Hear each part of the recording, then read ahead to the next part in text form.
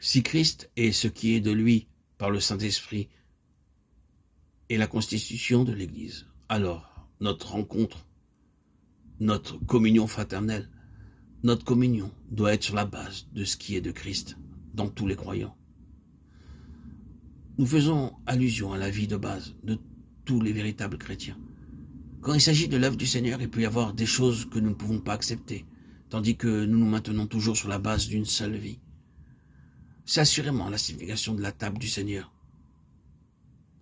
Dans Éphésiens, Paul voit une seule église, tandis qu'il sait tout ce qui concerne les nombreuses églises.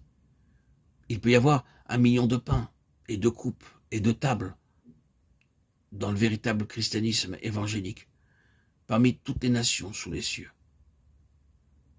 Mais le Seigneur ne voit qu'un pain et qu'une coupe. Même quand le pain local est brisé et partagé, le Seigneur ne voit toujours qu'un seul pain. Christ peut être partagé, mais ne peut être divisé. Il demeure un seul Christ, en des myriades de croyants qui partagent sa vie.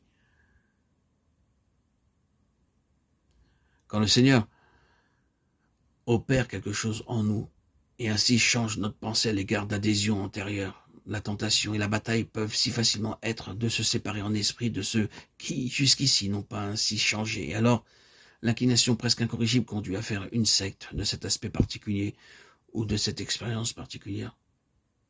Tandis qu'il peut y avoir de réelles valeurs et des valeurs vitales dans les traitements de Dieu envers nous, et nous désirons avec force que tous les autres les connaissent et les expérimentent, nous ne devons jamais faire de notre expérience un mur entre nous et tous les véritables enfants de Dieu.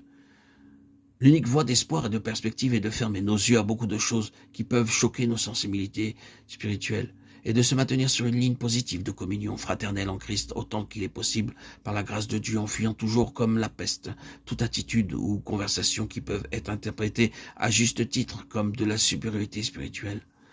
Des malentendus à cause de l'ignorance, d'un préjugé ou d'une investigation insuffisante sont inévitables.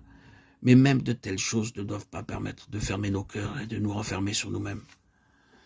Tandis que la muraille de la Nouvelle Jérusalem représente effectivement une limite claire et une démarcation de ce qui se trouve à l'intérieur et de ce qui se trouve à l'extérieur. Quant à Christ, nous devons nous souvenir qu'elle a 12 000 stades dans chaque direction. Et ce symbolisme a pour dessein de faire connaître combien Christ est grand et donc combien son Église est grande. Quand Paul se mit à écrire la première lettre aux Corinthiens, il savait qu'il allait avoir affaire à l'esprit partisan et sectaire. Donc il commença l'épître sur le véritable terrain et registre de la communion fraternelle. À ceux qui ont été sanctifiés en Jésus-Christ, appelés à être saints, et à tous ceux qui invoquent en quelque lieu que ce soit le nom de notre Seigneur Jésus-Christ, leur Seigneur et le nôtre. Avec cette même mesure, il termina l'épître aux Éphésiens. Que la grâce soit avec tous ceux qui aiment notre Seigneur Jésus-Christ d'un amour inaltérable.